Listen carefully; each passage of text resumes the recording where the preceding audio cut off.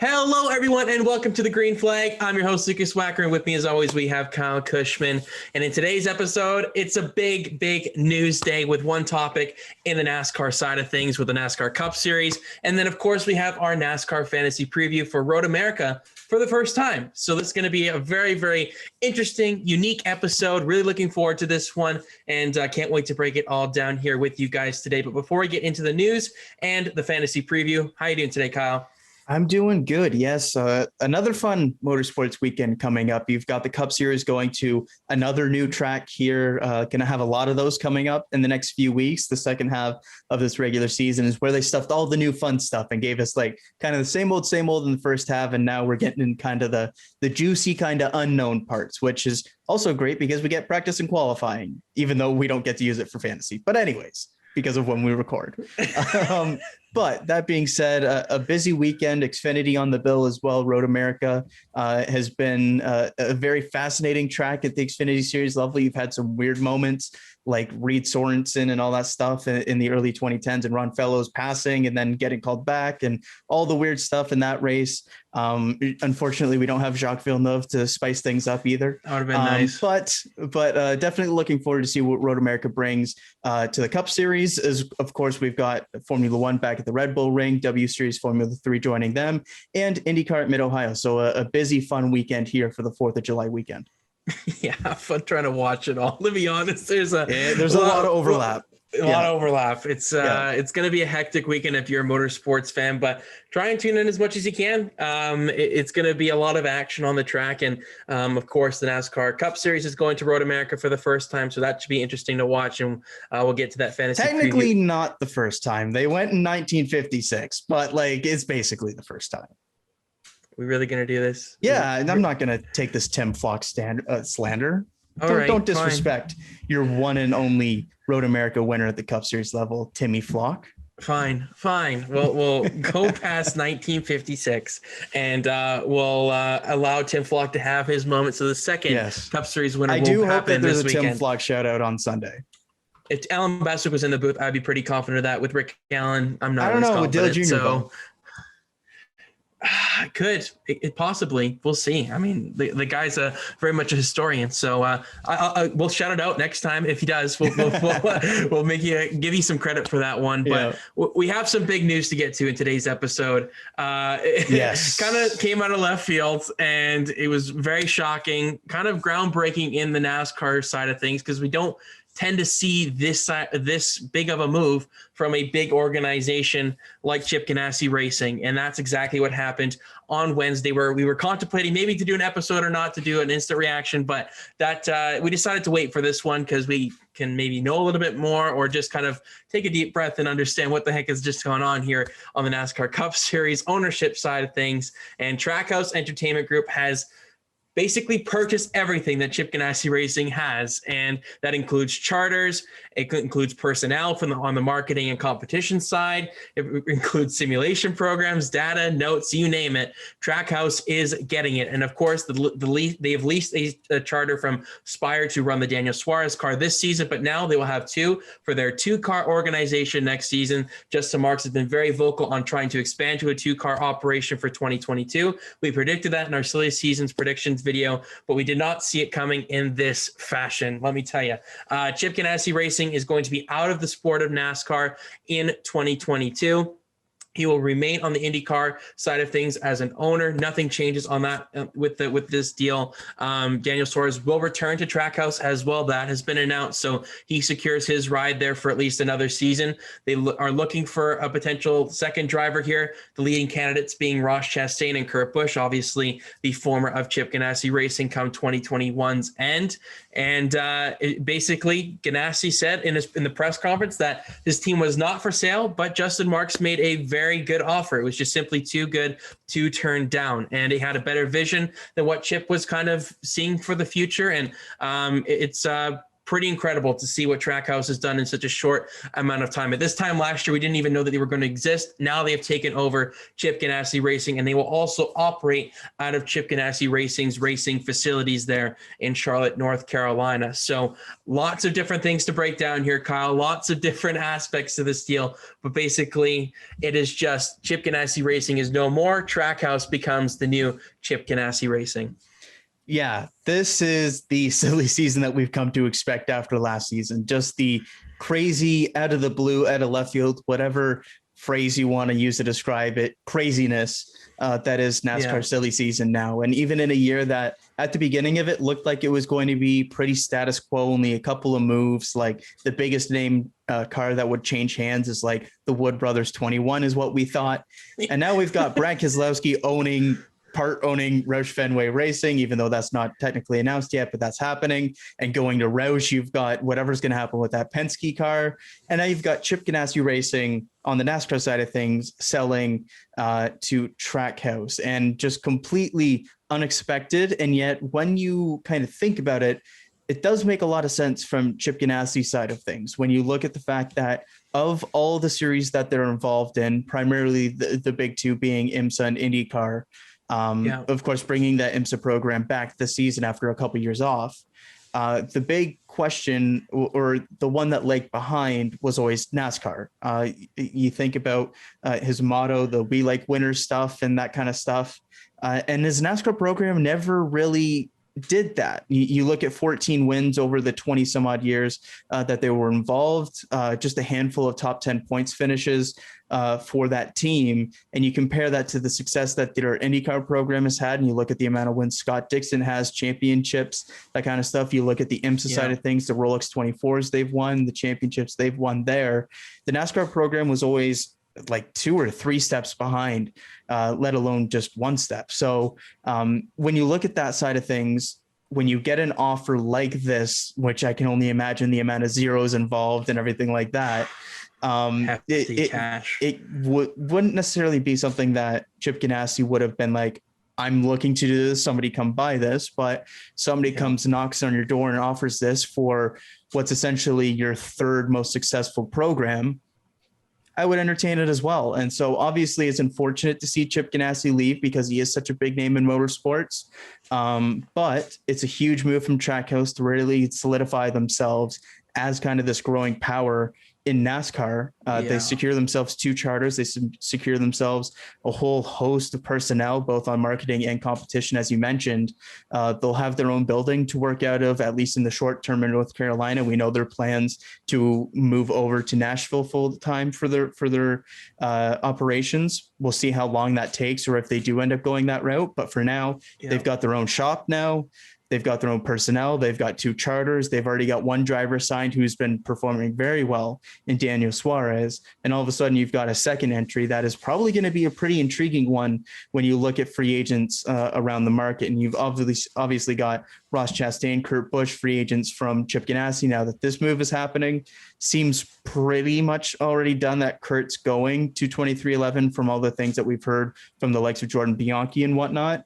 But Ross Chastain got that contract with Chip Ganassi Racing because of what he did at the Xfinity level and those short-term races that he got there a few years back. Gets that ride in the Cup Series, started slow, has been doing well recently, but Trackhouse doesn't have any ties to him. They're not obligated to keep him into the future. They're not the ones that own the option on him. Do they look elsewhere? Do they look for a free agent? All this kind of stuff. So a huge, huge move in silly season that has a massive ripple down effect. Yeah, I mean, first, I love Chip Ganassi Racing. Like, I don't know anyone that doesn't. Like, I think they're such a great team where they really are like that bridge of an organization between the top tier and the midfield. Like, they're a really nice soft spot right in that little mix there. It's on their day they can compete up in the top 5, but it's not a regular thing. Like, they're definitely very much that bridge in between. And it's very different from Chip Ganassi's other programs, but they've been in that sweet spot for a very long time. Yeah, I mean, I'm gonna miss the one car. Hopefully, they bring that back for the Trackhouse because Yeah, it depends what car they go with. Like they could go with like the 97, 98, whatever. Keep I would with, love like, to the see 90s, and 99. That would be pretty cool, kind that'd be of pretty number cool. combo. Yeah, They are on the rise, man. Trackhouse is blowing me they got a out of lot the of money. water. It's insane what they're doing right now. Like, honestly, if you had to ask me the question, who do I think has done a better job so far, 2311 or Trackhouse? I think it's a clear answer on who it is. It's Trackhouse. Yeah. And that's not to slate, 2311. They've done a fantastic job so far. They're starting to come They got a late start. Like they didn't get their first cars until January. Exactly. And you think about that's like a month and a half, maybe even a month, depending on when in January they got those cars before the season starts. And you think about Joe Gibbs Racing and the fact that that's their alliance there. We've seen kind of a tumultuous relationship between Joe Gibbs and kind of their satellite teams the last year of this car. Like there's a lot of reasons why 2311 isn't necessarily up at the front. But you think about Trackhouse, when that was announced, we thought this would be like Spire level of competition. Yeah, 25th around in points. And they're running area. 15th to 20th every single week. They're top 20 in points. And they're out here and buying out Chip Ganassi Racing's NASCAR program. So huge use and the ripple down stuff. Of course, we can get back to like the crux of it all, but the trickle down of what happens now for some other teams that rely on Chip Ganassi Racing and all this kind of stuff. Like Chip Ganassi employs a lot of different pit crews. So what happens to those? Do they end up becoming full-time employees of those other teams that they're loaned out to? What happens there? What happens with Spire Motorsports? They have a very close relationship with Chip Ganassi Racing and rely on them a lot on their path up the grid. So what happens there? Like there's a lot of different stuff to watch as well. And another factor, there's some major sponsors that are involved with Chip Ganassi Racing. You think the big one, McDonald's, but you've also got Monster, which is primarily a Kurt Busch thing, but Kurt Busch going potentially to 2311. There might be some conflict of interest stuff with some of the other sponsorships they have there. So like there's a lot of big question marks now there's more questions after this move than there were beforehand. Just when you think about the fact that there's big name sponsors that now don't have a team that they're aligned to, that can go elsewhere, that can either leave the sport or find new teams or new drivers. You've got a second seat with an upcoming team like Trackhouse. What's going to happen with their RCR alliance? Like there's a ton of stuff to watch and see how the chips kind of fall over these next few months now. Yeah, I mean, it still happened so quick. I think everybody was caught off guard by it. Like it was a couple of weeks ago, Chip Ganassi said in the press conference that this kind of deal first started. Like it came out of the blue. It was just a phone call and it kind of came into something that obviously is pretty substantial on the NASCAR silly season scale. We don't see owners just pick up and leave like this or sell out. We haven't seen that in years, like to a level of Chip Ganassi's scale, I would say. Of course, you got Levine family kind of having to sell out last season and whatnot. That's not to the scale of what Chip Ganassi Racing is. It's also not you the can same make the argument situation. Because like Levine family and Jermaine last year had to sell because of financial problems. In Jermaine's case, losing Geico as a sponsor, in Levine family's case, just kind of all the impact that COVID had on the family business that helps fund NASCAR stuff. When you look at Chip Ganassi here, they're not struggling for money. This was a decision because they got a really good offer for their stuff. They have other interests in terms of motorsports, and you can take that hunk of cash and go and apply it elsewhere. You can keep it themselves.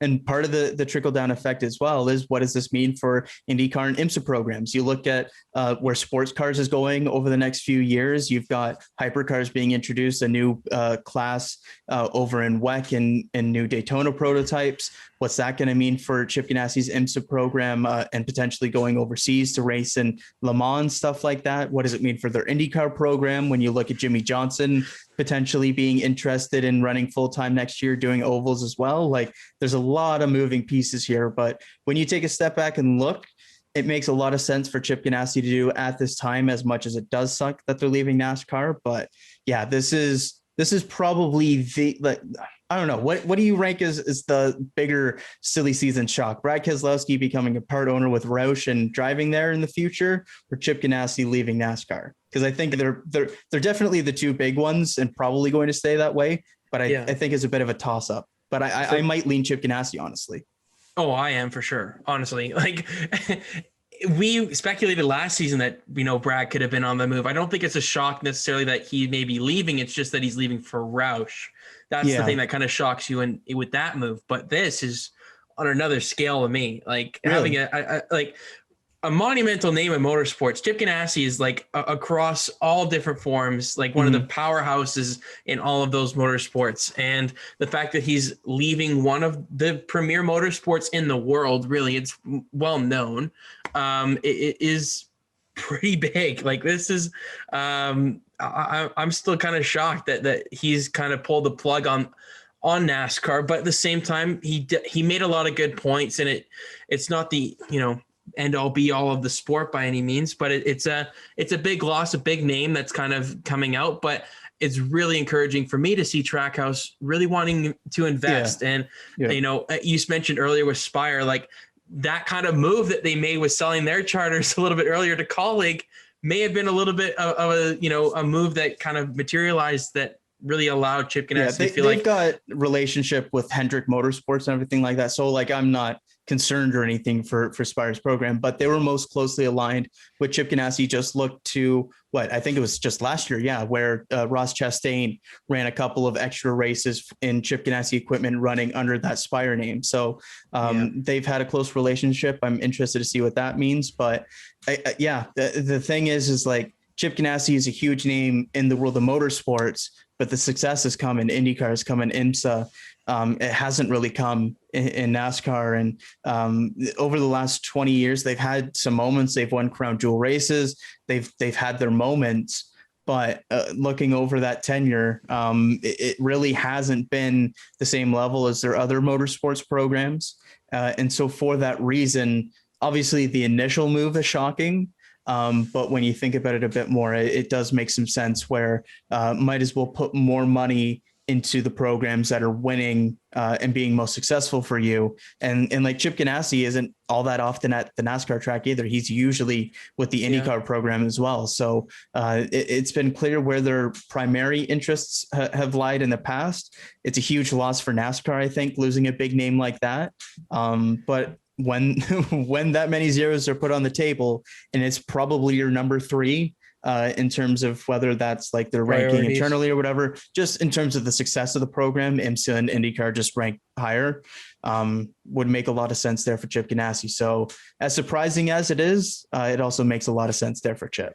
If anybody, it just shows you how hard it is to succeed in NASCAR too, that a name like Chip Ganassi hasn't been able to find his stride consistently over his time as a team owner in the sport. Like it's a really competitive series. We've seen the downfall of Roush. Like they were a powerhouse for so many years, and now they're trying to revitalize that program with Brad Keselowski. Literally rewrote the rules as to how the playoffs worked and everything like that, introduced all of it because of how dominant Roush was with their 5 cars taking up half those slots. So it's definitely difficult to get up there in NASCAR. We're seeing that with these new teams, but Trackhouse is looking to become one of those.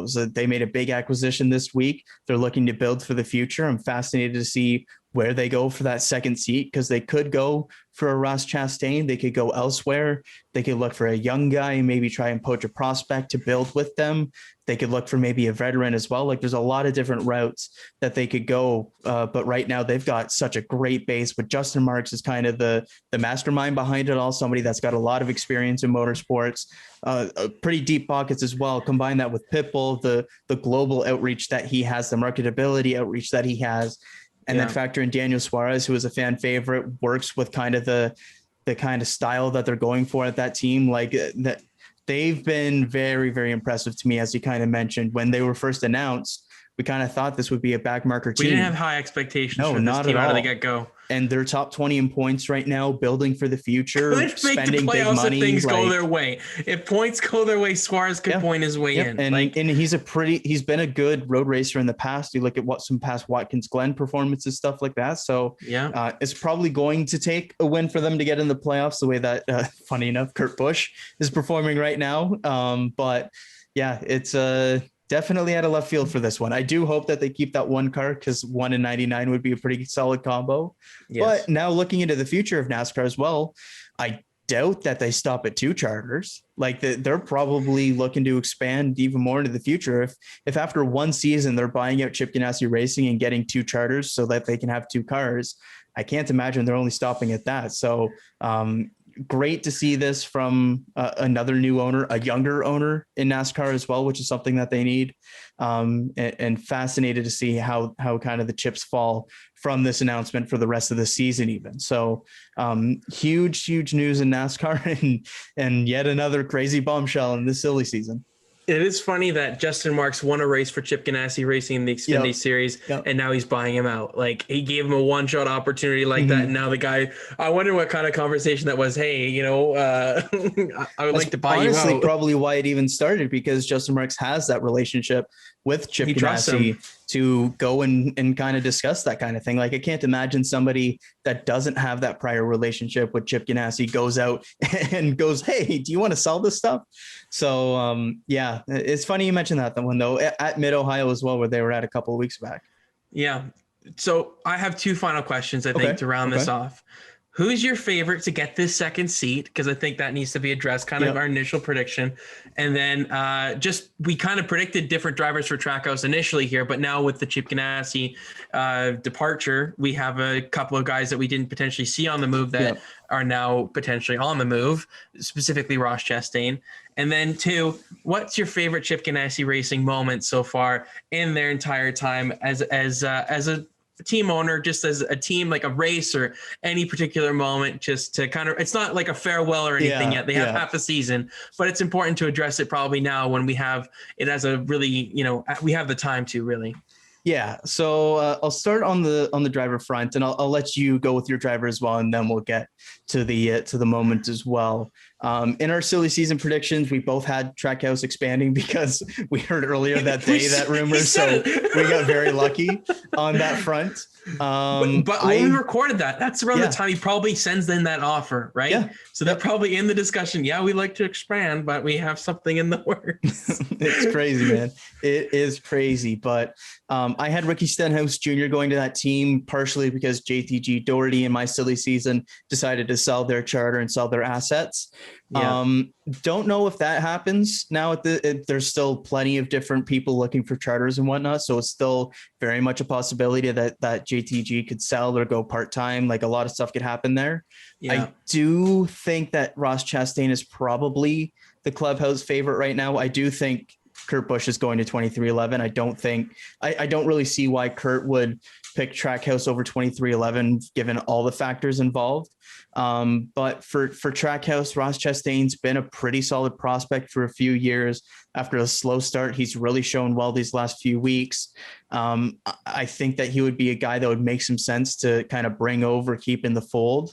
I can also see somebody like Ricky Stenhouse Jr., if he is available, kind of being that kind of perfect bridge of being a veteran, but young enough to have for a few years, who's had their moments, who has some really good skill on super speedways that can help you maybe sneak out a win, that kind of stuff, and has performed very, very well this season in JTG equipment, being able to get consistent results as well.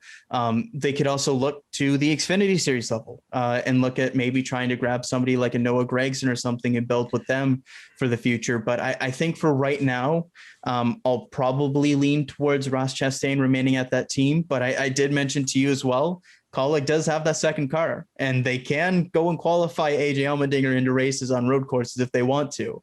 So if they did want to go with a second full-time guy and Ross Chastain is potentially available, that relationship seemed very, very nice last season when he ran full-time with them, that kind of family relationship that they almost had at Kaulig Racing at the Xfinity Series level last year. Ross Chastain back to Kaulig in Cup Series could be something that works, but at least for now, I think I'll play it safe and say, let's say Ross Chastain stays with that charter, but goes to Trackhouse now. I'll say that one just to kind of play it safe. Yeah, I am in agreement with you on that. It's tough for me to see anybody else, to be honest, right now. I think he's like, Justin Marks said it, like, they're at the top of the list, Kurt Busch and Ross Chastain. So if, they're going to go somewhere, I think it would be harsh if they didn't go with Chastain. Yeah. I don't see him as a long-term solution there. I think, given the circumstances, I think he's probably a 2 to 3 year guy with that team if he signs there. And then you reassess the market. I mean, at this point, you have to reassess the market on a yearly basis, to be honest, with how crazy things have been moving. So I think with the way that they're wanting to go and where they want to be, I don't think Ross Chastain is the driver to get them there. But in their kind of short-term future, he would make a lot of sense there. If he can bring McDonald's over as a sponsor, that would be huge for a team like that. That's a big question, right? Like McDonald's isn't a Chastain sponsor; they're a Chip Ganassi sponsor. Like, what happens with that? And that's a big sponsor out in the open for a lot of different teams that they want to go and try and get that. So honestly, I could see McDonald's on the move. I could see them on the move, trying something different. Maybe Brackens they haven't won in 450 races or something like that. So I know. I don't know if maybe you want McDonald's as a sponsor given that streak. Yeah. But one other name that I saw looking at this little spreadsheet here that I think is out to left field, but we've had out to left field this entire time. Richard Petty Motorsports, if they do switch to Toyota, I wonder if there could be a scenario where Eric Jones could potentially be a candidate to go to Trackhouse. I think that would be a really solid fit, a young driver that they can build with. Would prefer him way over Ross Chastain, in my opinion. Like, give him a shot, please. Just give him a shot. That could be something, because Daniel Suarez was a guy who kind of bounced around a couple of teams. Another Joe Gibbs exile who was at the back insane, wouldn't and goes to this team, performs well. Oh man! I think the only thing that would maybe give me some pause there is that Eric Jones is the one that has the option there to return to Petty or not. But if they do switch to Toyota, somebody like Harrison Burton, maybe they want to bring to Cup in that kind of car as like a bridge before he goes to one of the top teams. Kurt Busch goes to 2311. You don't have a ton of seats open for that. Could potentially see a scenario where that works. So there's definitely at least a handful of names. You're teasing me here. Oh my God. It makes a lot of sense though. Does it not? It would. Yeah. So I would love it if Eric Jones got that shot. Yeah. This is such a great time to announce a deal like this too. Like, the timing cannot be underestimated here. Middle of the season, not many people have things lined up. We usually see it kind of, really get into its groove. And August, guys like Kurt Busch could only start negotiating because of their contracts only a month ago. Yeah. So like, there's still plenty to be decided versus last year where they kind of got in the game late and still got a great driver in Daniel Suarez who didn't have anything else kind of figured out. But lots of names potentially for them to pick through. But I think we should get to our favorite Chip Ganassi moments in NASCAR now, if you want to lead that one off. Okay. All right. I'm going to do that.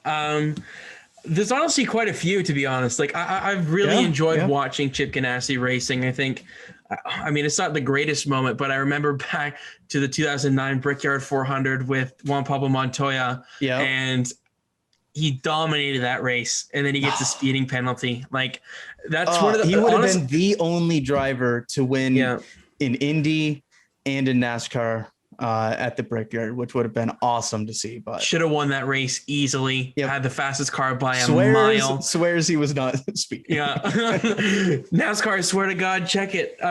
Check it.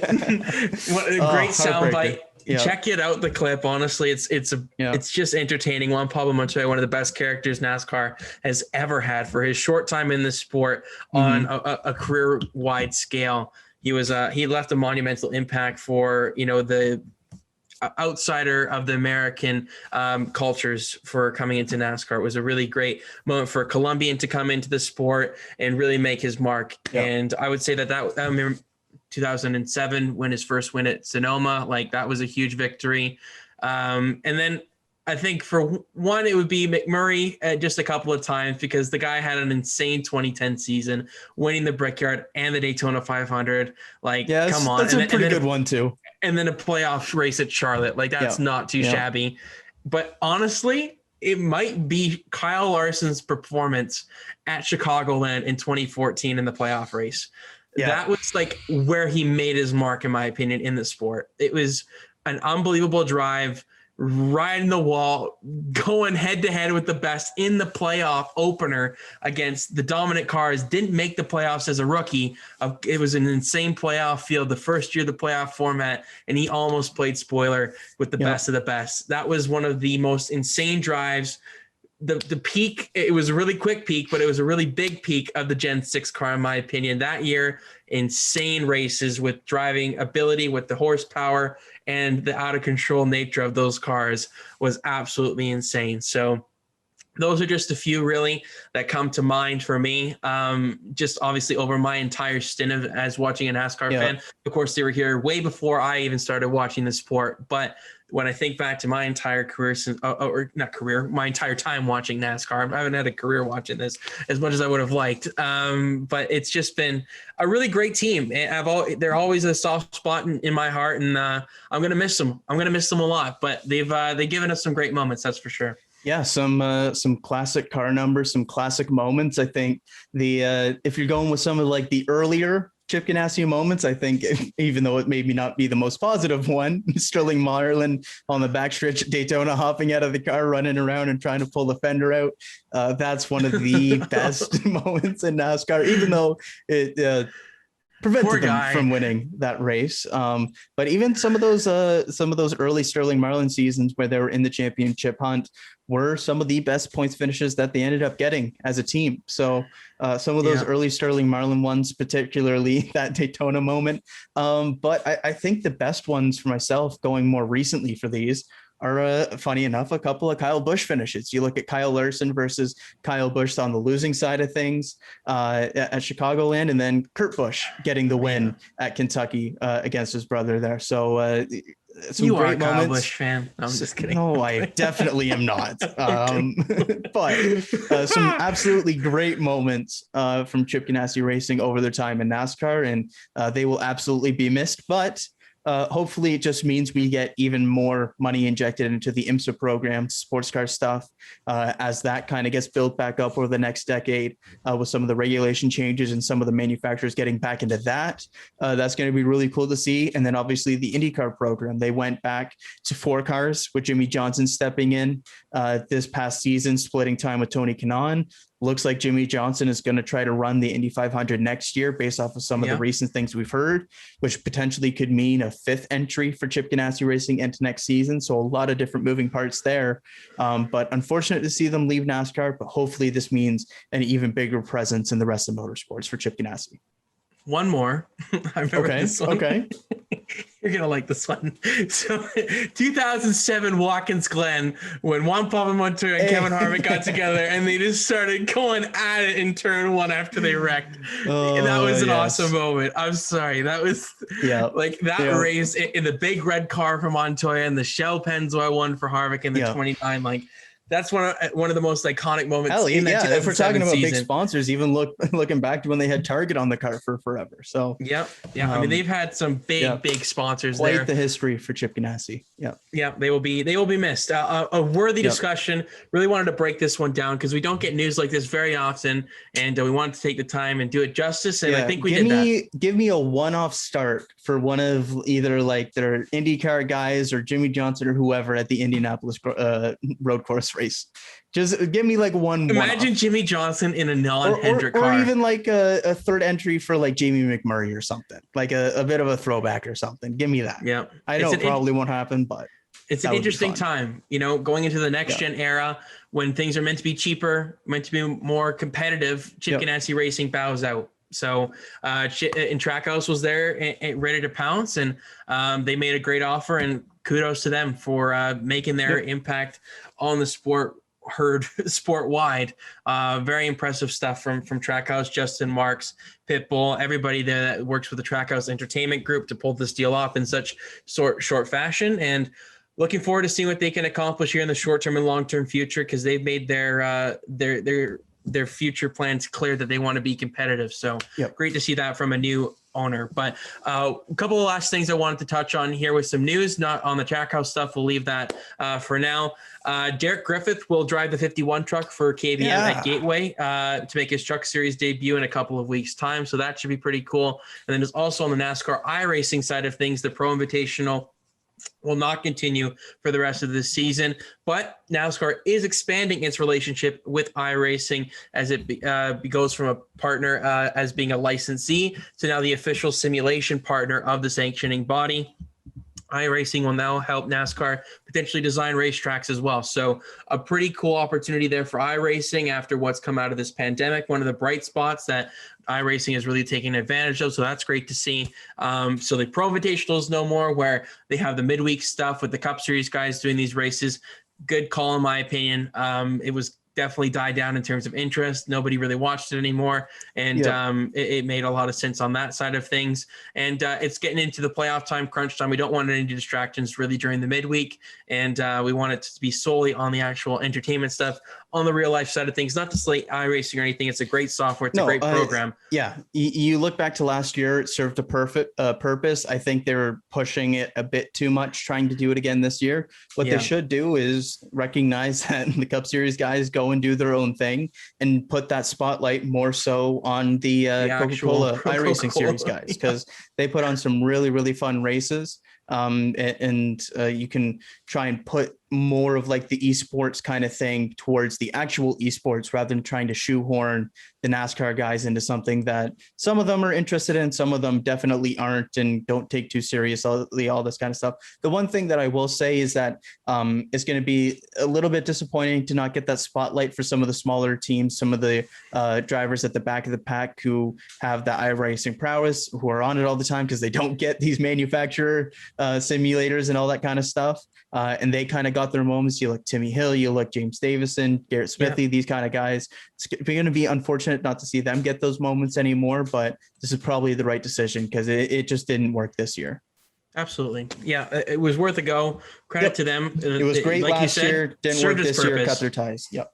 And it's a good call on their part. They realized it, that it just wasn't quite maintainable, and the viewer interest just wasn't quite there as much this year, which makes a lot of sense because there's actual on-track stuff now. And it was a good while it lasted, and I'm looking forward to seeing the rest of the Coca-Cola series as that season continues on for the remainder of its season, going into like the playoffs time. It goes for quite a while. It's like a NASCAR schedule every second week. So it's a pretty cool deal, and hopefully, like you said, they do fill those time slots if there is any with this Coca-Cola iRacing series. Yeah, just put some great stuff. Yeah, just put any like the assets and attention that they were previously trying to put towards the iRacing series for the Cup guys and put it towards the Coke series, because you've got a big name sponsor on board for starters.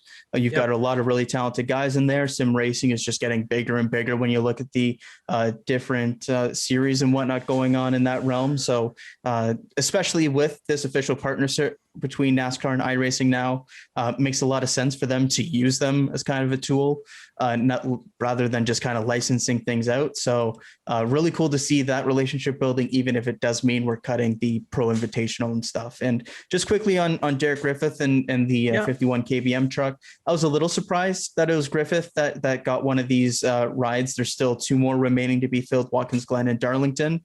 The rest of those, we already know who's going to be filling those. But for Derek Griffith, just joined Venturini Motorsports this year. He's a bit older. He's 24, late model guy, only done a couple races in that 25 Venturini so far. So I was a little bit surprised to see him get that start. I figured Corey Heim would have got a couple more, but still got Watkins Glen and Darlington to fill for the schedule. The rest of those going to be Drew Dollar, Corey Heim, and then Brian Brown at Knoxville coming up. But interested to see who takes those couple of seats. I assume Parker Chase would probably get in the truck for Watkins Glen, and then I'm not sure what the plan is for Darlington. I know Corey Heim drove it earlier in the year, and that was a date that they were unsure about because it was supposed to be Mosport, and now it's Darlington again. But KBM might have a seat to fill, probably, with John Hunter Nemechek probably moving on from that team after the season. I would sure hope he gets at least something in one of the top two series. So testing out a few different drivers. Maybe a name for Trackhouse. Who knows? Maybe. I mean, I don't necessarily see why Nemechek would maybe go that route. Seems pretty clear. He went back down so he can get a big name ride and work his way back up. But hey, if he believes in the long-term future, they sell him on it. I could see it. Yep, for sure. But I think that'll do it for the news and notes today. A lengthy version of it, but well deserved. Deservedly so, yes. Yeah, it was definitely worth the wait to try and break that down, and hopefully you guys enjoyed that part of it. It's now time for fantasy, Kyle. It is Road America edition, and you are on quite the roll, my man. 9 consecutive weeks with fantasy. I almost had you at Pocono. William Byron, of course, runs out of gas. Denny Hamlin runs out of gas. 2 guys I had in my lineup. Kurt Busch runs out of gas. He runs out of gas. Yeah, like Kurt Busch is the one that killed you. Yeah. Everybody who ran out of gas, I had it basically in my lineup. So that was wonderful. The guy that I had in my lineup that was stuck in 4th gear goes out and wins the race. But I will say that's not a bad guy to win the race at the end of the day.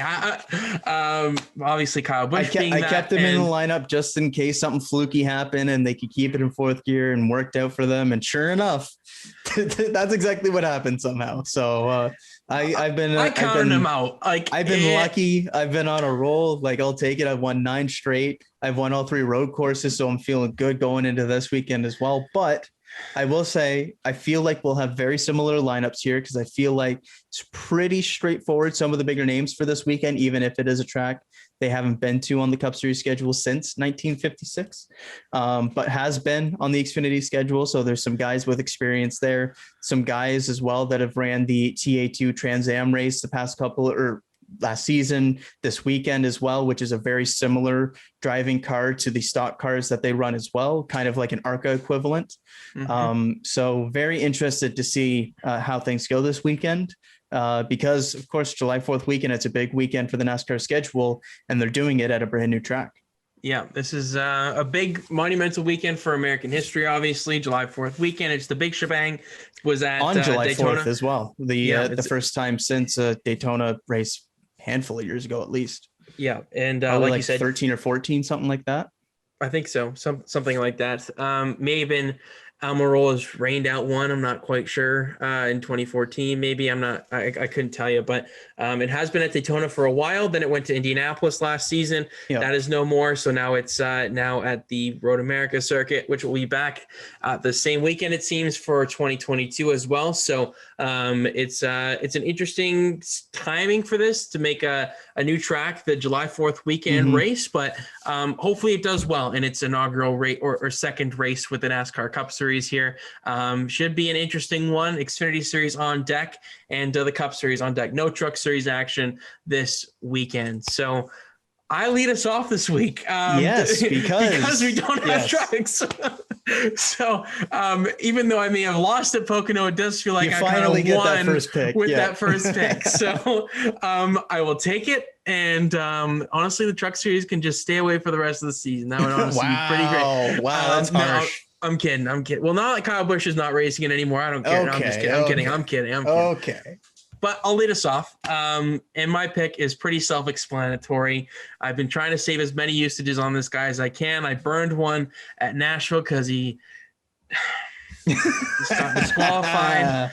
And I lost fantasy because of that. It's Chase Elliott.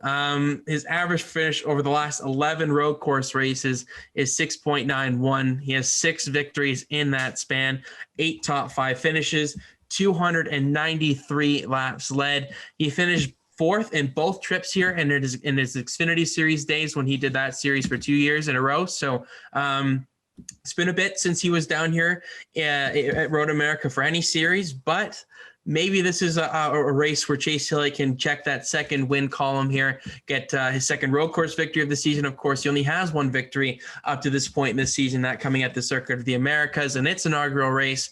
And that was, of course, rain shortened as well. So we'll see if Chase Elliott can pull it off. He's had a bit of a slow start to his year by his standards compared to what, honestly, we expected as well, coming off of a defending series champion or coming off of a championship. And he just has not quite found his form compared to his Hendrick Motorsports teammates that have been on fire. Not to say that Chase Elliott has been bad, but basically he was meant to be their premier guy. Kyle Larson is kind of taking that role right from underneath him when we just thought Chase Elliott was starting to grasp that. So I think it's going to be a big weekend for Chase Elliott. He's arguably the best road course racer, if not the best road course racer in the NASCAR Cup Series right now. Larson is giving him a run for his money. And I'm expecting big things from Chase Elliott. Hopefully he can maybe get the win this weekend, not just because I have first winner pick and I may pick him, but just for his standards and for his season, it would be a good way to kind of kickstart his season after we thought maybe Coda could have been that place. Maybe Road America here in the summer stretch is where it happens. Yeah, Chase Elliott, obviously in the lineup for myself as well. Been saving those usages for these road courses, and they're finally coming thick and fast on the schedule. So I've got 4 usages left on Chase here. Absolutely using one of them here at Road America. As you mentioned there, didn't pick up a win in the Xfinity Series at this track, but we've seen him kind of blossom as a road course racer over the last couple of years in the Cup Series here and be a dominant force. Probably should have won the Daytona road course. Some different weird stuff going on with NASCAR there. One kind of took that one away from him, but at Sonoma was beat straight up by Kyle Larson, and at Coda as well. He was in the lead, but don't forget with their strategy, without that rain and the red flag, they probably run out of fuel, and Kyle Larson gets that win as well. So looks like it's going to be a dry weekend here at Road America. I mean, anything can happen, but looks like it's going to be a dry weekend. So should be a very, very fun battle with these guys at the front because you've got Chase Elliott there and a couple other guys that are going to be looking to take that win away from him, even though he is the favorite. And with that next entry for myself, thought that these would be a little bit harder pressed to keep over the season after the hot start, but they've kind of slowed down a little bit over the last few weeks, which means that we've kind of kept these usages and absolutely got to use them at the road course. And that's kind of been Chase Elliott's running mate at these road courses the last couple of years, and Martin Truex Jr. At the beginning of the year was high flying at all the 750 tracks, all the playoff tracks actually, and looked like it was going to be like, man, you're going to have to really hold back to not use them up before all these road courses. But they've slowed down the last few weeks, and they haven't made it too hard on us. I've actually got the same usages for both Elliott and Truex here at 4, and I feel pretty good about using both of them here. Truex, even with how kind of down the last little bit of his season has still been very, very good at the road courses. You look at Daytona, had the wheel hop issue, finished outside the top 10, still got 35 points. Coda would have been up in the conversation if it wasn't for, the fact that they couldn't see on that stretch. And at Sonoma was his typical self, inside the top 5, didn't get the win, but had a very solid points day there as well. I can only imagine that those two will be clearly inside the top 5 for most of this day and be kind of 2 of your favorites going into this weekend. Yeah, I have Truex as well. I've got 5 usages left on him. So I am with 7 races left in the regular season and 5 usages of Martin Truex Jr. You're going to see him plenty in our fantasy previews on my side of things as it kind of comes to a close on the regular season. Average finish over the last 11 road course races, 7.91. So just a position worse than what Chase Elliott has been able to accomplish. 4 less wins than the 9 car with 2, 6 top 5s, 145 laps led though. So I expect the 19 car to be up there. Top 5 is probably an expectation for them given their road course history. It just hasn't quite clicked for them a bit lately. So it's just been really tough to find a place to play him, but I've saved him quite a bit. I wish I played him a little bit, honestly, more at the beginning part of the season, but even if he doesn't have a bad weekend, I'm still going to keep him in really because there's no other place I can use him. So Martin Truex Jr. is in my lineup. It makes it pretty clear why. And honestly, I really hope he does start to get things going here again. Like if they just need to pick up a little bit of pace here, and maybe Road America is the place to do it with a bit of practice here. And let's not forget Coda was in the wet in the practice and everything. So it's like really hard to judge off of Coda how well each car is because that was the last road course that we went to as well. So or no, Sonoma was. Never mind. Yeah, Sonoma. It's tough to say what Truex can maybe do this weekend, but hopefully he ends up having a good day for the sake of both of our lineups. Yeah. Third selection for me. I feel pretty good about Truex this weekend, I got to say. All right. Third selection for me is a guy that's been red hot on these road courses so far this season. It is none other than Joey Logano. He's been pretty incredible. I used to think he was a really good road racer, kind of dipped off in form for a little bit. Now he's starting to refine that. Over the last 11 road course races, he's got an average finish of 12.91, 4 top fives, 34 laps led. But this season specifically, he's the only driver to finish in the top 5 in all 3 road course races. Only 2 guys have finished inside the top 10, and of course Logano is one of them. He has scored an average point of 46 per race, and that is the most out of anybody. So they have played the absolute best strategy in terms of races. Even though they haven't won any, they've been going for stage points and then getting the finishes on top of it, which is staying clean. Really good for Joey Logano. Gonna need to do that again, kind of thing. Maybe pick up a stage winner strategy, kind of presents itself that way, where there is an opportunity to get something like that. It is such a long lap at Road America that who knows what the strategy is going to be. If you really do want to pit 2 laps before the end of the caution, when the pit road closes, that's a big risk at a long track like this with fuel mileage. So we'll see how that kind of works out with the tire lap wear counter as well. It's not going to be like you can putt around for that for the 8 miles. Yeah, it's a long track. So I think strategy will be impacted by that. Yep. I think you're going to see the top guys really kind of go for stage points as well in this one, because there's no real trade-off. You go 2 laps really easily, and then you have less fuel than some of these guys, which is probably going to be about 4 when you include caution laps and stuff. So there's a lot of different variables for crew chiefs to try and understand this weekend. But if I have any faith, it's going to be Paul Wolf and Joey Logano to try and figure out that strategy, because they really do execute the stage point game to perfection. So feel good about the 22 car this weekend. Yep, and I've got them in the lineup as well. I've got also 4 usages for Joey Logano the rest of this year. So the big 3 drivers that I'm using, they've been the big 3 guys on road courses, especially this season, and feel good about using them all this weekend. As you mentioned, Joey Logano has finished inside the top 5 in all 3 road course races this season so far. And in fact, he's the only one to finish inside the top 10 this season, with the only one other being Alex Bowman, kind of surprisingly there. So some issues for some of the other guys throughout some of these road courses, but Joey Logano and Alex Bowman have kept it clean. Joey Logano inside the top 5 even for these. So he's taken a big step on the road courses this year. Looking ahead to the schedule, road courses are prevalent, so made that a key focus for himself over the offseason, and has been paying off big time for him this season. So absolutely going in the lineup as well. And I think this is where the lineups start to get much more interesting, because you've got kind of the big 3 road course guys that you feel good in: Chase Elliott, Martin Truex Jr., Joey Logano. There are other good road course racers, don't get me wrong. You look to Kyle Larson, you look to guys like Denny, Hamblin, Kyle Busch, those kind of guys. But those are guys that you almost want to play more so at your ovals and those kind of places. They can be options for yourself if you've got the usages on road courses.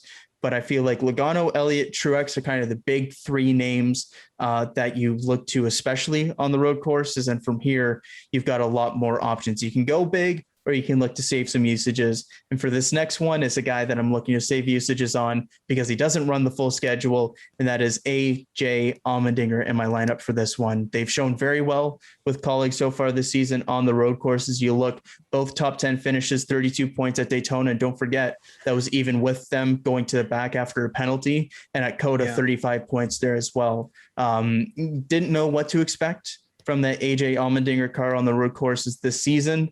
And of course, they didn't go to Sonoma out on the West Coast, so should mention that as well. Didn't know what to expect from them this year, whether they would be kind of like in the middle of the pack and kind of getting a taste of the Cup Series, or whether they would be going for kind of race wins, and they're going for race wins. So Road America here, a great track for AJ Allmendinger, is one here at the Xfinity Series level. Feel good about him this weekend for colleague, and to save a usage for myself. So AJ Allmendinger is going to be in the lineup for myself. Yeah, good picks there. I have 5 usages left on Logano as well. I forgot to mention that. Okay. So, wow. I'm set up for the end of the regular season here with him and Truex and Elliot. So I've tried to manage them as much as I can, and it has cost me the last 4 for Elliot. Okay. That's what I thought, but yeah, that's still pretty damn good. So I'm not too unhappy with that, but it has cost me 9 straight weeks of fantasy. So I mean, you know, I would like to be compensated for that. Thank you very much, but I am as well copying you on AJ Allmendinger. Okay. There's no way I'm not playing this guy, and I think the real big factor for me with these next 2 picks, including Allmendinger here, is that they're Xfinity guys and they're running the race this weekend and they have previous history here at this track. They have many more laps than the Cup Series guys around this track, which is going to be key for them. And they are going to be very, very good, I think, because they have qualifying to boot with this weekend. So they're going to put their cars in pretty good track position. They probably will punt on stage points to get the victory, which is not the worst thing. But like I said, the strategy could be all over the place where you just kind of have to accept where you finish in the stage and then just kind of go from there. I don't think they're probably race winning equipment. We've kind of seen them kind of teeter out at the 6th to 8th mark. But 6th to 8th mark, I will take that on a road course. So if I can kind of get that every time I use like AJ Allmendinger usage, I will be very happy. He's got 1 top 5 in the last 5 road course races, 7 laps led. He won the Xfinity Series race all the way back in 2013 here. But he finished pretty decently here last season, doing the double duty, of course, this weekend as well. So feel really good about Allmendinger this weekend. He could be a really big player in that front foot of these guys. And I really hope he does well, because I love to see these guys kind of on these one-offs coming in and trying to spice things up at the front of the field. It's always good competition. For my next selection, it is also an Xfinity Series guy. It's Austin Syndrick. The guy is unbelievable on road courses. I mean, and today in practice for the Xfinity Series, albeit they only had a couple of laps to really get underway with all the red flags, but he was almost a second faster than the competition. And that includes Kyle Busch in that field, who was all the way back down in 7th. So Austin Syndrick seems to know this place very, very well. Finished 2nd here in 2019, won this race last time out in 2020, pulling the double duty this weekend, getting a lot more extra laps on the track. And he earned a lot of stage points and raised a lot of eyebrows at COTA. I know he didn't finish great, finished 25th in that race, but was up at the front of the field for a large majority of that race. Yeah. And I think that, in the dry, we'll really see what Syndrick can be kind of made out of here. He's going to have to prove himself, I think, a little bit here this weekend, going into a Cup Series ride, potentially for Team Penske next season. He's in a Team Penske car this weekend. He's got a little bit to prove, and this is a place where he's very comfortable, it seems. So I'm expecting big things from Austin Syndrick. I don't expect a win, but a top 7 finish is for sure what I'm kind of looking at for Syndrick based off of previous expectations and what he's able to do on these road courses. And he's in Penske equipment, which we can see is clearly capable of a top 5 finish, hence Joey Logano's record so far on road courses. So I imagine you have Syndrick as well. So I'm curious to see what you kind of go for your last pick here, because I think those top 5 are really kind of your bread and butter. And of course, we don't have to worry about Syndrick and Allmendinger usages. They're going to be here probably on road courses for the rest of the way for the rest of the season. So they're probably going to be maybe not for Syndrick. They skipped the Daytona road course. They've looked kind of some places where it makes sense for Syndrick to make those Cup starts. We could see him go the rest of the way on road courses. We could see this as the last road course. I'm not too sure what the plan is for Syndrick the rest of the year. Yeah. This is the last one that they've actually announced. We know that there's more coming. We just don't know where at just yet. But what I will say is before the show, I was talking about there was one pick that I was kind of tossing up and didn't know which way to go. And that actually did involve Austin Syndrick. I was wondering whether to go with Syndrick or whether to go with this other guy. They're both guys that have won at the Xfinity Series level at Road America, but didn't know which way to go. I know what you're going here. Austin, I don't think you do. It was between Austin Syndrick and Michael McDowell between myself for that one. Okay. Yeah. I know my stuff. Hey, there's a handful of winners at Road America that are in this field, so I didn't know. But for Syndrick versus McDowell here, McDowell got some good stage points, finished well at the Daytona road course and COTA, but needed a little bit of chaos for that to happen. Of course, COTA with the rain, everything like that, and then good finish there. Daytona, kind of the late craziness there. I like Michael McDowell quite a bit this weekend, but just the high-end value of Syndrick and the high-end potential is just too much to overlook for myself. So I am going to have him in the lineup as well. This is one of his better road courses. You mentioned it, 2nd in 2019, winning the race in 2020. Feel very good about him this weekend for the Xfinity Series race. And I feel like that should carry over to the Sunday race and qualifying, everything like that. So they don't need to worry about starting at the back or anything like that. So Austin Syndrick should have, he at least has the potential to have a good day. Now, whether he follows through on that remains to be seen, but feel good about what they could bring to the table this weekend. It's kind of that we saw a glimpse of what they're capable of in the wet on those dry tires, or on those slicks, I should say, at the beginning of COTA. So we'll see. But for my last pick, this is a guy that I did have penciled in or even penned into my lineup originally. So it was a toss up between Syndrick or McDowell. And of course, this means that we're 5 for 5 right now, which means that we got to go different on these last two picks. And I feel pretty confident about this guy going into this weekend, even if it's kind of been a bit of a slump for this team recently. And that's Christopher Bell. Looking at what they've done, what he's done in the past at this track, in particular 2019. He won with a field at Road America that consisted of the likes of Austin Syndrick, Tyler Reddick, Kaz Gralla, Justin Haley, Chase Briscoe, Justin Allgaier, Cole Custers, all guys who have road course prowess, but even looking deeper in the field, some guys who had issues, but he did beat them.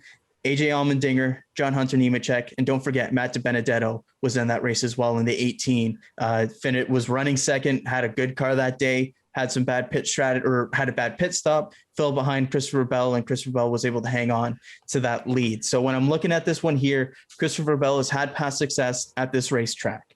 He's running the TA2 Trans Am race this weekend as well. And of course, he won the first road course race this season. So it's been down the last few races for Christopher Bell. They've kind of slipped in points, even though they're locked into the playoffs with that win. They would have been in that playoff bubble if they didn't have that win. So very good for them to be locked into that. But I just got a good feeling about Christopher Bell this weekend, given his past success here. Wasn't or had some issues at COTA, didn't have a great run at Sonoma, but I feel good about him this weekend at Road America. So I'm going to take a swing on Christopher Bell to round out my lineup here at Road America. Okay. Interesting. I did not have Bell on my radar whatsoever for this split. Yeah. A little bit surprised by that. I like this position. I like knowing what you've done. I've missed this. I will say that I've really missed having this opportunity to go on my own different adventure. If you win, you get to feel it a lot more often. But that is true. But they have been very far between. I'm not even going to say few because I haven't had many. So this is a big opportunity for me, to be honest here, because I think I can pick somebody better than Christopher Bell for this one. I hate to slate him, but I think there's potential here for somebody else. There's kind of two names that I'm really looking at here. It's Alex Bowman and Kurt Busch. Just based off of their just ability to grind out points. And it's been pretty remarkable to see what those two have been able to do so far. Kurt Busch of late has been starting to find his groove a little bit more. I think he's probably going to be trying to race for a ride a little bit coming into this weekend, as he doesn't really know what he's kind of doing potentially. For Bowman, been pretty damn solid on the road courses as the only other guy besides Joey Logano to finish inside the top 10, which is crazy to think. Maybe he hasn't been running there this entire time, but finishing there is probably the most important thing in terms of getting you the actual points. So there are a lot of guys I could go with here. I mean, I'll get into the honorable mentions in just a second, but for my last pick here, I'm going to go Alex Bowman. I just like the Hendrick power right now, and they've been just on such a roll lately that I think that there's potential for Bowman to do something pretty decently this weekend. Shooting for a top 10 finish here, maybe a couple of stage points. I've got 4 usages left on the 48 car, so I don't feel like I'm in jeopardy of really using them all as the season winds down. He'll be a nice placeholder kind of guy for me as the season rolls along in a couple of different places, but this is probably going to be one of, if not the last road course I really play him on with the uncertainty this weekend. I think Bowman's a pretty level-headed guy, and hopefully he can get something out of this weekend and get me a solid result. So that's my lineup. I kind of like where we're at. Pretty evenly matched, I'd say. Obviously, 5 of 6, and comes down to Bowman versus Bell, the bees, the battle of the bees. And let's take a look at the honorable mentions here and the stay away froms. There's a plethora of guys you could really go with this weekend, to be honest. Like even though we have 5 of the same, you can go a lot of different avenues with your lineup this weekend. Yep. Kyle Larson, been sensational this season. If you have 4 usages left on him, what have you been doing? But if you have 4 usages, play him this weekend. Try him out, see what he can do at the road course here at Road America. There could be some potential there with the 5 car. If you don't have 4 usages or something like that, maybe even 3, I would stay away from him. There's a couple of better options, I would think, a little bit down the road, but he's still worthy of an honorable mention. Going for that regular season points championship, obviously, is probably a bit of an incentive as well for him. William Byron has been an interesting candidate on these road courses, has been good in spurts, has been bad in spurts. It's just been kind of hit or miss with him, but he's definitely worthy of an honorable mention. We are both in a very tricky usage situation with the 24 car, so there's no way we could even remotely think about using him this weekend. But if you have 3 or 4, maybe you want to do it. Maybe you want to pull the plug on Byron and use him this weekend, but we're at 2 usages each. We cannot pull that plug this weekend. Kyle Busch, the winner at Pocono in the second race, running the Xfinity Series race, getting a couple of extra laps as well, could be a potential option here. You are down to more or less usages than I am with Kyle Busch. I have 4. I'll be honest, I thought you were going to go Kyle Busch this weekend. Yep. I don't have confidence at Road America here. I just don't quite think this is the place for Kyle Busch. I really like him at a lot of the tracks coming up. Atlanta next weekend, potentially maybe like a New Hampshire. Watkins Glen is a for sure play for me because that's a road course he's been the best at in his career so far. I will say he has been much better on these traditional road courses than your Roval type tracks like the Daytona Road Course and the Charlotte Roval. But we'll see what happens with the 18 car. I'm just not going to be the guy that plays him and then I look like a dummy and he doesn't quite perform the one weekend I do use him. But it's definitely a good usage. If you have 4 like me, you probably do want to play him this weekend, but as a Kyle Busch fan, I feel like I have a little bit more of an inside knowledge on how well he can maybe perform at some tracks. So I'm going to stay away from him this weekend, but he's definitely an honorable mention. Obviously, Kurt Busch, I mentioned, I think he's going to be a pretty solid bet this weekend. I'm assuming most of you have usages left on the 1 car after the season that he's had, but he's going to be going for stage points and stage racing to try and get himself into that playoff hunt. Could be a potential snag in terms of getting some unexpected points. He's an underrated road course racer at times. Maybe this is a weekend that Kurt Busch prevails and actually gets the finish, unfortunately, after the second Pocono race where he ran out of gas. Then we go to the Ford stable here with 3 consecutive guys. All group in 4 actually here with Michael Mcdowell. As you said, very good option this weekend. If you're going to play Mcdowell at a road course, this is probably the best option. Ryan Blaney, Brad Keselowski, and Chris Buescher all fall into a very similar category for me. Chris Buescher first in a playoff battle for that regular season kind of points battle on the cut line. Gonna need a good day. He has to perform on the road courses if he expects to make the playoffs. Maybe this is a weekend where he could do that. Brad Keselowski, if you don't remember, no, this is not actually. I'm dumb. I was gonna make a point here, but I just remember now that it's wrong. But I think he did test here at Road America once. But I think the race that he did break his foot back in 2011 was at Road Atlanta. It was not Road America. So I was going to make that point, but then I realized I think it's Road Atlanta. So I'm going to stay away from that instead of going to the comments and finding out that I've misprinted or missaid that Michael Jordan has 81 points and Kobe Bryant has 69. Not a great look on me there, but Brad Keselowski could be an interesting one this weekend along with his teammate Ryan Blaney. They've been very much hit or miss on road courses, and maybe this is a weekend they hit, maybe this is a weekend they miss, but they're definitely deserving of an honorable mention. And then the final 2, I have Christopher Bell in here as an honorable mention, but at the back half of it. But then Ross Chastain could be an interesting play this weekend. Yep. Finished very well at the Circuit of the Americas race, and could be a sneaky play if he does well in qualifying. Maybe there's some room for opportunity to get you some appreciated points from Ross Chastain. Stay away from. I've got 3 this weekend: Denny Hamblin, Kevin Harvick, and Austin Dillon.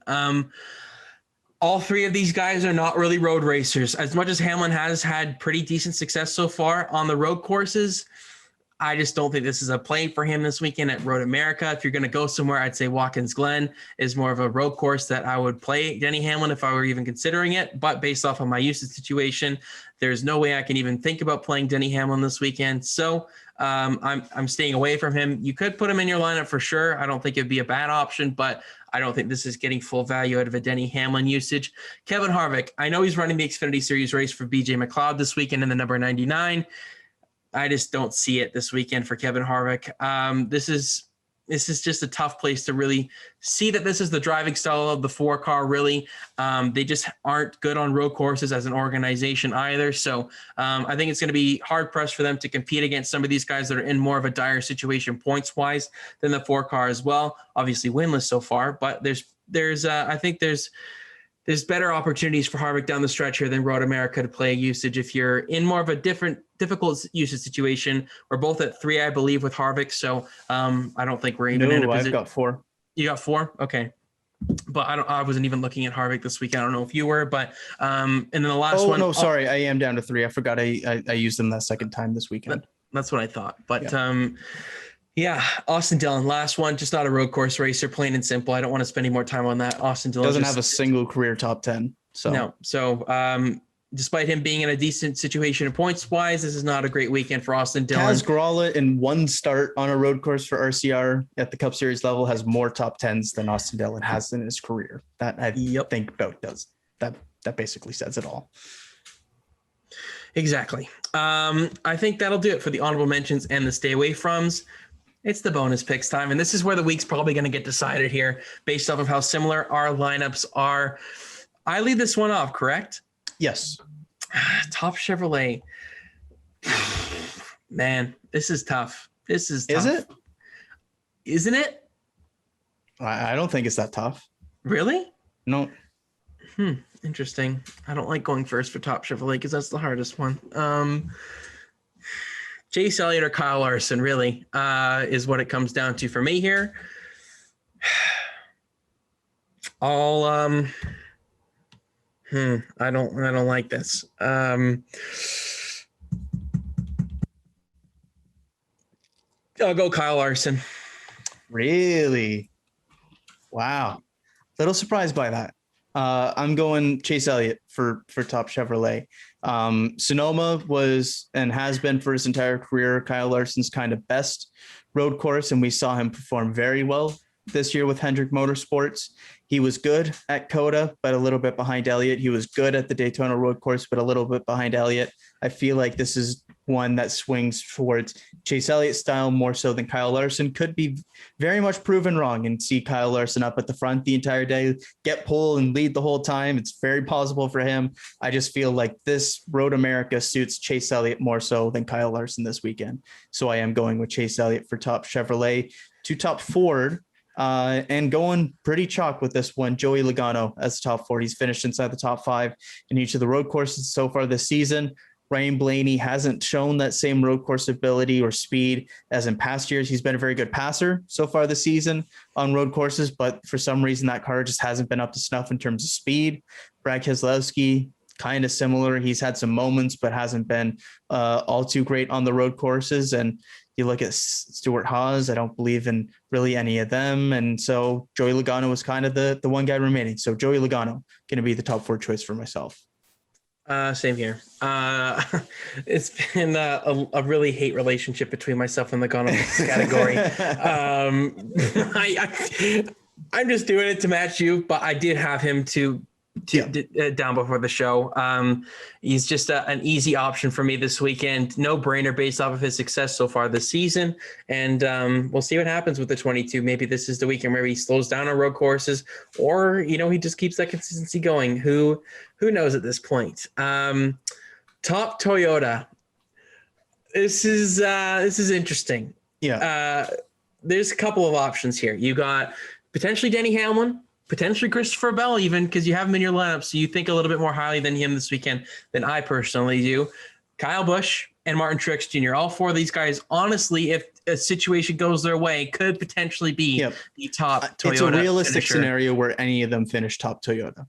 Exactly. So I'm interested to see where you go with this one. But for me, based off of him not being in my lineup, I'm sticking to my guy, Kyle Busch, just because I want to have a little bit of protection here just in case he does have that good weekend that I'm a little bit hesitant to believe.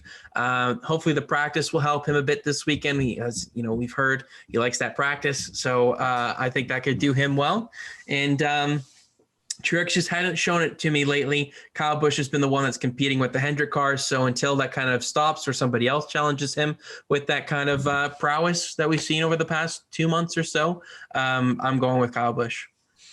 I'm going Truex for top Toyota here, just simply because he's one of the best at doing this discipline in NASCAR right now. They've been on a bit of a slump, but even with that, Sonoma was during the slump, and we saw them be a top 5 car, even though in normal years we would have expected them to kind of be the front runner. So I will hear some of that, but practice qualifying, I feel like suits up well for Truex here. Did get to see his true potential at Circuit of the Americas.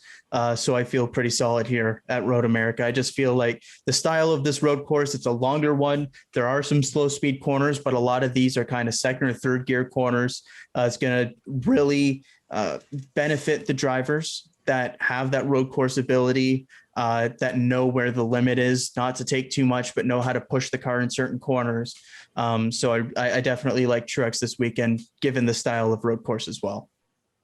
Alrighty, winning manufacturer. Chevrolet. Just simply put, even if you want to do the double with Hendrick, anything like that, they've just got the most people that can win. You look at any 4 of those Hendrick cars, they can win on a road course. You can look at Kurt Busch. He can be a contender on road courses. Even Ross Chastain has been a contender on road courses at points this season. And you look at the one-off entry of AJ Allmendinger as well. So you're looking at anywhere of like 4 to 5 like legit contenders to anywhere from like 7 to 8 wild cards as well. So manufacturer Chevrolet is a fairly easy pick for myself here. Likewise, they're a no-brainer. They have the most options. They have the most competitive cars that could potentially win this race. Yep. No-brainer for me on this one. Winning organization. Yeah, this is a tough one, really, because if you want to split it here, streak's over. So it is over. Splitting it last time out did help you out with Joe Gibbs there. I know.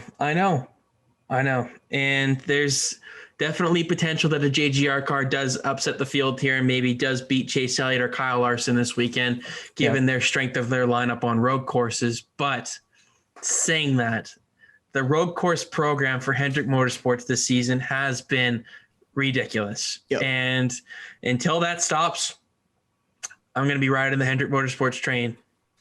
They're going to be my winning organization this weekend. Yep, same for myself. Not going to overthink it. Yes, there was a blip last time out, but if Kyle Busch hadn't have hit that lap later and had been on the same cycle as everybody else, Kyle Larson would have been the one probably in victory lane, unless Kyle Busch was able to miraculously save as much as Kyle Larson was able to. So I don't know. I feel like last weekend was kind of weird strategy, blip in the radar. If it wasn't for that weird strategy at the end, it probably would have been William Byron in victory lane for Hendrick again. So I'm going to say that Hendrick is probably the favorite once again. They've just got 4 guys that could win this race, whether it's Chase Elliott as the favorite, Kyle Larson from what we saw so far this season with him on road courses and just kind of in general being dominant, William Byron, who's shown glimpses on road courses but hasn't put it together this season, has had some bad luck on road courses, and then Alex Bowman, who's always kind of in the conversation, and if something happens, he can be there to capitalize. So Hendrick Motorsports as well for my top organization. All righty. You get an Xfinity Series winner pick here first. Yes. But I usually do as well. So it's not like I get a first pick at trucks or anything like that. Usually I have first pick for Xfinity. So this part isn't as fun or different for myself. But I am not going with the Cup ringer. I am going with Austin Syndrick to win the Xfinity Series race for this one. I just think that Road America is one of, if not his best road course. And this is a discipline that he's extremely, extremely talented in. There's some good contenders in that field, namely Kyle Busch and AJ Allmendinger. But I feel like Syndrick has that extra step on the field here at Road America. So I'm going to take him to win the Xfinity Series race on Saturday.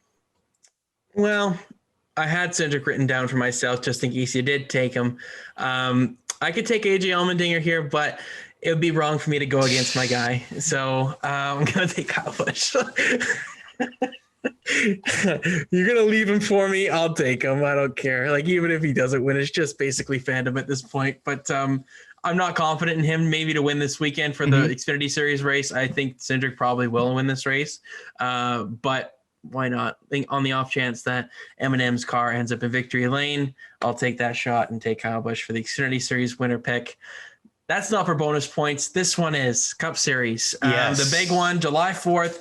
A big race on NBC for the first time this season as well for their network. Yeah. So that's going to be kind of their kind of Kickstarter for the season. Hopefully ratings are good for this one on Sunday.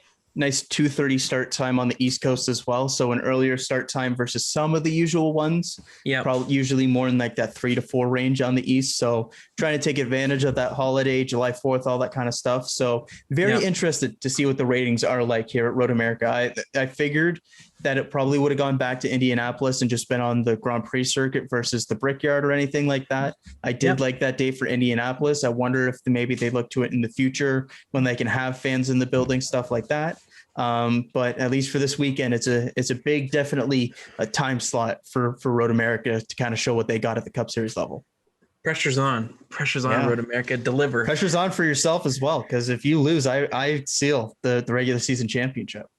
Yeah. I've kind of given up on that. I'm not going to lie, but hey, you can rattle off 7 in a row. You never know. maybe if luck goes my way, but despite having Kyle Larson as my top Chevrolet, that was to cover my bases. I'm not leaving you Chase Elliott here. Okay. He's my Cup Series winner pick. I'm not going to beat around the bush with this one. I feel pretty confident in the 9 car, but on the off chance the 5 car does bring their best stuff this weekend and they do rival the 9 car, I do have a little bit of backbone here that can compensate for that. And if I didn't take Chase Elliott here, that would mean if he does have a solid weekend, you are going to pummel me in fantasy here. So to try and compensate for that, I'm going all in on Hendrick Motorsports, Chevrolet, Hendrick, and Chase Elliott here. I think the 9 car is going to be the car to beat. If he doesn't end up in victory lane, honestly, it's probably a disappointment by his standards and by many expectations around the industry as well. So easy no-brainer for me. Chase Elliott wins the race on Sunday. I would have loved if he left me Chase Elliott, because I do feel like this is a Chase Elliott win this weekend, but I think we're going to get a bit of a throwback this weekend. Just given Road America, long road course, the higher speed corners, all this kind of stuff. I feel like this road course suits very well to Martin Truex Jr.'s style, so I'm going to take him as the race winner. And I think we could get a bit of a throwback Watkins Glen type battle between Chase Elliott and Martin Truex Jr. this weekend. Feel good about that 19 car this weekend, and feel like Truex can be up there battling for the win. So I'll take him as the race winner. Cover my bases with the Chase Elliott top Chevy pick, so you don't get the full 15 on me. If you get that right, you only get the plus 10. So I'll swing on Truex here, because I do think of the road courses coming up the rest of the season, what do we got here still to go? We got 2 more, season. And that's Indianapolis and Watkins Glen. Yes, of course, back. So Watkins Glen is the one where we kind of know the most because of the history we've got. Of course, hasn't been on the schedule last year. So a couple of those rookies we don't necessarily know about, but we know the big dogs that show up there. For kind of the 2 new ones, Road America, Indianapolis, the rest of the season, I feel better about Truex at Road America. I feel like this could really be a solid one for kind of his strength as a road course driver. So I'll take him for the win here. I wasn't expecting you to take Truex, but fair play. Yeah. Fair play. Yeah. You're more confident in him than you probably I thought am. I would have gone Larson, right? I think to kind of canceling me out, yes. But I don't know. Yeah. I just, and obviously this is going to be pretty stupid to say when he goes out and wins this weekend, but I just don't feel like this is a Larson weekend. Interesting. I feel like every weekend has been a Larson weekend lately. He's still going to get a top 5 or a top or whatever, top 10. But I don't know. when I look at Sonoma, that's been his best one in terms of single lap. He showed very well there. Of course, this in the regular season race here, Chip Ganassi, he had some equipment issues and whatnot.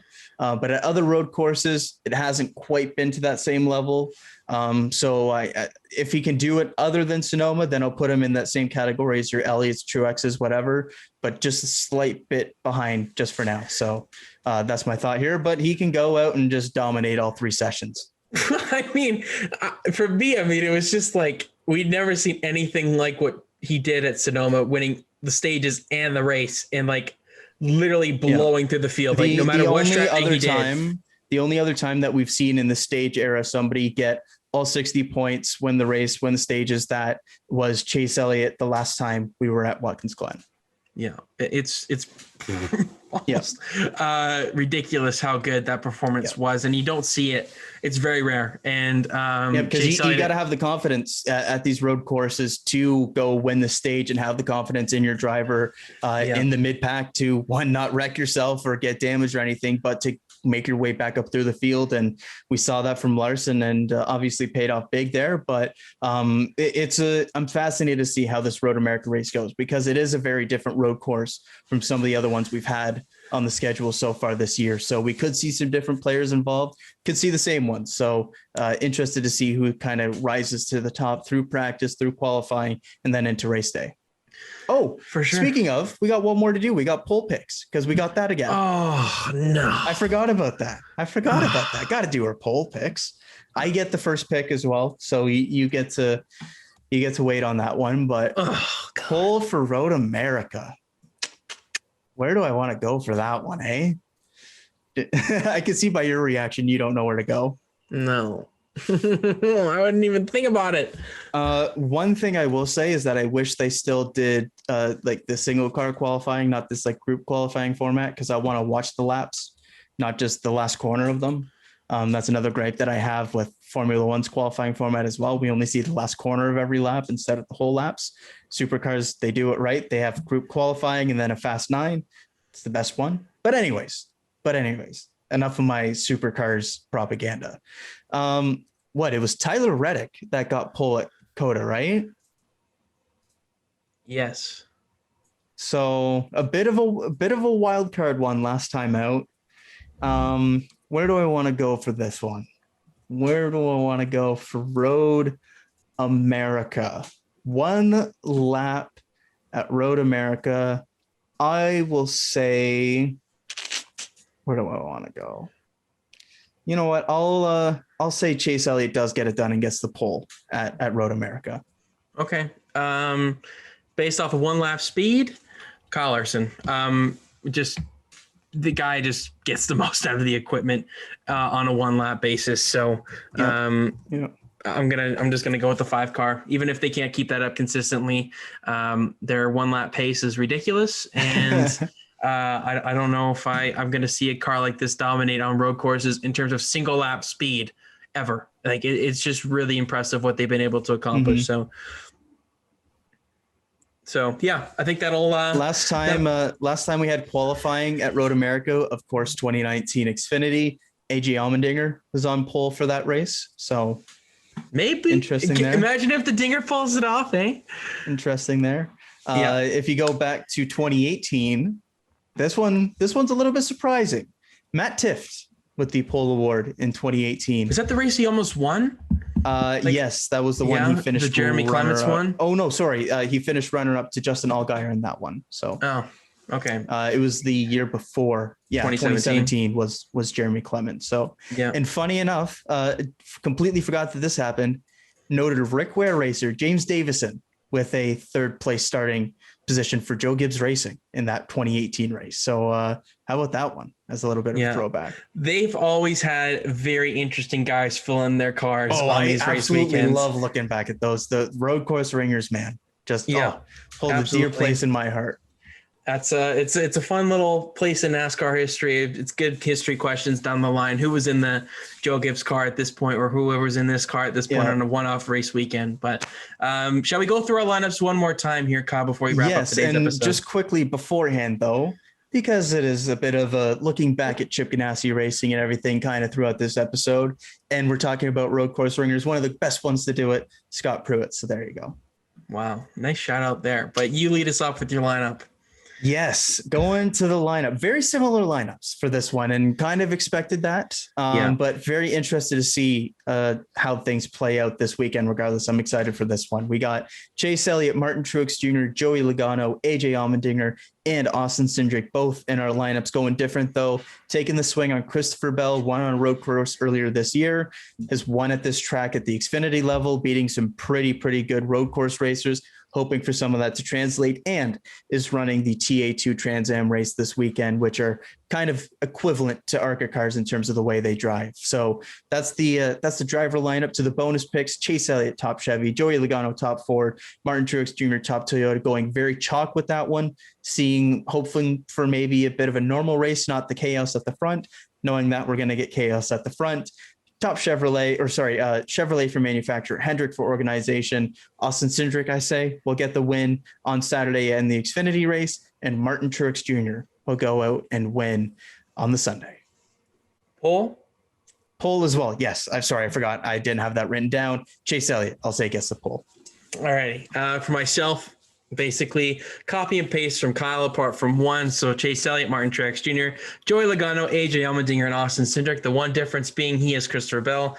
I've gone with Alex Bowman. For the bonus picks: top Chevrolet, Kyle Larson; top Ford, Joey Logano; top Toyota, Kyle Busch; winning manufacturer, Chevrolet; winning organization, Hendrick Motorsports. For the Xfinity Series, I'm going with KFB. Rowdy gets it done for 101. And then Cup Series winner pick on the Sunday on July 4th, Chase Elliott. Cup Series pole as well on the Sunday morning, Kyle Larson. So star-studded lineups here for ourselves this weekend. Looking forward to it. Any final thoughts before we wrap up yet another fantasy preview? This is a very long course, 4+ miles here. So interested to see how things go. If it is a bit of a chaotic race, we could be in for some big breaks between kind of green flag action, which is the concern going to a place like Road America. But if we keep things green, I really like this road course for kind of the different style that it brings. There are some pretty high speed corners. You think about the kink as the big one, as being basically not a thought in sports cars or Indy cars or anything like that, and being a menacing, costly, potentially turn in NASCAR. So very excited for this one. In terms of it just kind of being a different breed of a road course, one of the premier circuits in the States, and definitely a place that is deserving of a Cup Series date, but now they got to go improve it on the Sunday. So excited to see what we get from Road America this weekend. Yeah, I'm a bit hesitant, but I'm excited. I will say that coming into this weekend, only because how long this circuit is, and I'm not sure what to expect with the Cup Series guys here. But I'm sure we're going to see the best of the best kind of come to the front at some point in time. It's a long enough track, lots of overtaking opportunities for these guys. So there's, you got to conserve your stuff probably because it is such a long lap. And, we've seen a lot of fuel mileage stuff in the past year in the Xfinity Series, all guy running out and everything under the caution, coming to the checker flag. Like there's been a lot of different things over the years at Road America in the Xfinity Series. We'll see what the Cup Series presents this weekend on Sunday on NBC. Green flag kicking off at 2:30 p.m. Eastern. So a bit of an earlier one there as well. I will be covering the race for TSN. So go check that out. The link in the video description will be there for the NASCAR on TSN page so that you guys can check out the clips and everything and tweets and all that fun stuff that I will be posting this weekend for them. But I think the big question for the TSN stuff: do we prepare the Chase Elliott win graphic? No, I'm not. Ooh, okay. I'm not that confident in it. Like I gotta be impartial. Like I can't have anything really prepped unless he's like 5 seconds ahead out after the first 2 laps. Then maybe I'll start to get it going. But I gotta wait for the pictures to come in, and that's always the part with Getty. So we'll see what happens with it. But Most likely you will see a Chase Elliott graphic on the TSM page. But if it doesn't, looking forward to seeing who does end up in victory lane besides Chase Elliott. Could Martin Truex Jr. play this? Spoiler, that's surely what Kyle thinks with his winner pick. But make sure to follow us on Instagram at The Green Flag Pod, as well as Twitter at The Green Flag Pod. Subscribe to the YouTube channel. Leave a like on this video if you enjoyed it. We would really, really appreciate it. It's been a great couple of weeks on the channel, so thank you all so much for your support. We just passed 2,000 views on our silly season predictions video as well, and that has already been wiped out the window in almost 2 weeks time. A decent amount. I mean, it's been quite a bit of busy weeks here since we've done that, but there's still some things we could probably get right. I'm not going to be getting anything right probably once again, but go check it out if you want to, and it's definitely a fun episode that we enjoy doing on that front. But for this episode, I've been Lukas Wacker. He's been Kyle Cushman, signing off for now. Enjoy the racing for Motor America this weekend. Should be a good one. And if you are an American, happy July 4th weekend. Celebrate good, celebrate safe, and enjoy the racing this weekend, everybody.